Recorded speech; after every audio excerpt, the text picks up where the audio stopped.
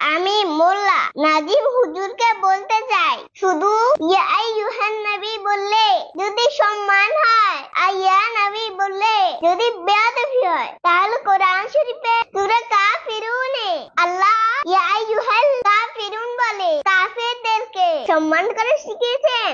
আর অপরদিকে সূরা আরাফের 144 নম্বর আয়াতে ইয়া মূসা বলে সূরা মাইদার 110 আর 116 নম্বর আয়াতে ইসকালাল্লাহু ইয়া ঈসা বলে আল্লাহকে ঈসা নবীকে আগের আয়াতে মুসা নবীকে অসম্মান করে আহ্বান করে শিখিয়েছেন। তাছাড়া নাহুর শ্রেষ্ঠ কিতাব শাহে জামির মুনাদার আনাজা এসেছে ইয়া রাজুল মানি হলো ইয়া আইয়ুহার রাজুল। 180 হিজরি পূর্বে নাহুর কিতাব আল কিতাবু লিসিবা ওয়াইহে দ্বিতীয় খণ্ড 197 পৃষ্ঠায় এসেছে ইজকালা ইয়া রাজুল ফামানাহু কামানা ইয়া আইয়ুহার রাজুল। তার মানে বুঝে গেল ইয়া নবী মানে ইয়া আইয়ুহান নবী।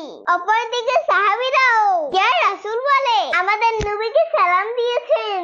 বুখারী শরীফের হাদিস 6358 নম্বর হাদিস। সাহাবীরা আল্লাহর নবীকে বললেন উন্না ইয়া রাসূলুল্লাহ